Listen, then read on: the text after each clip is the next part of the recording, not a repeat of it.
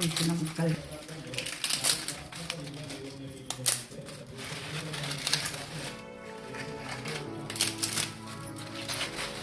Hi friends, ఈరోజు రొట్టెల పొడి ఉప్మాతో మేము ముందుకు వచ్చాను.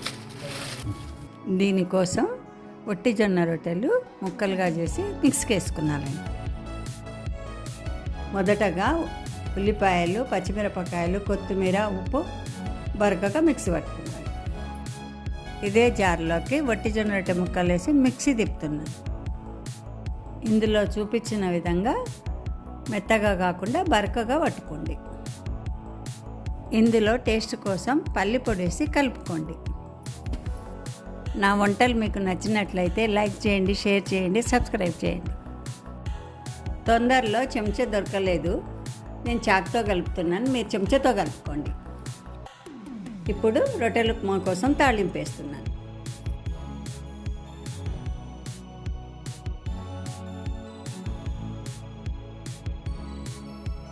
తాళింపు వేగినాక ఉల్లిపాయలు వేస్తున్నాను.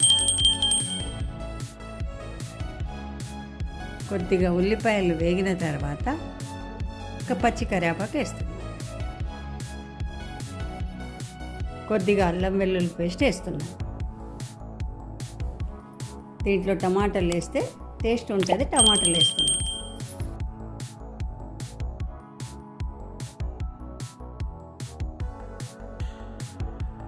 కలర్ కోసం కొద్దిగా పసుపు వేసుకుంటున్నాను. మిక్సీ పట్టిన రొట్టె పొడిని తాలింపులు వేసి కలుపుతున్నాను.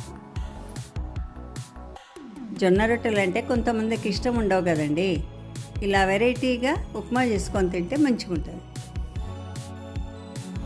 డైరెక్ట్ ఇలా వేడి చేస్తే గట్టి పడుతుందండి. కొన్ని నీళ్లు చేయితోనే జీలకరించి కలపాలి.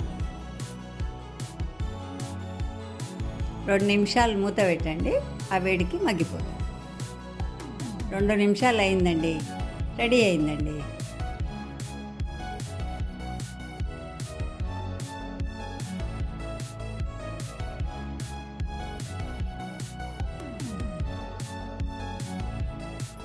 కొత్తిమీర, పుదీనా వేసి కలుపుతున్నాను.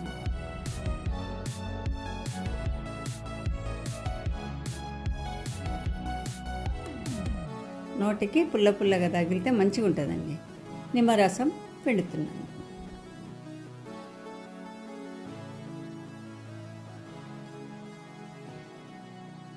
Thank you for watching.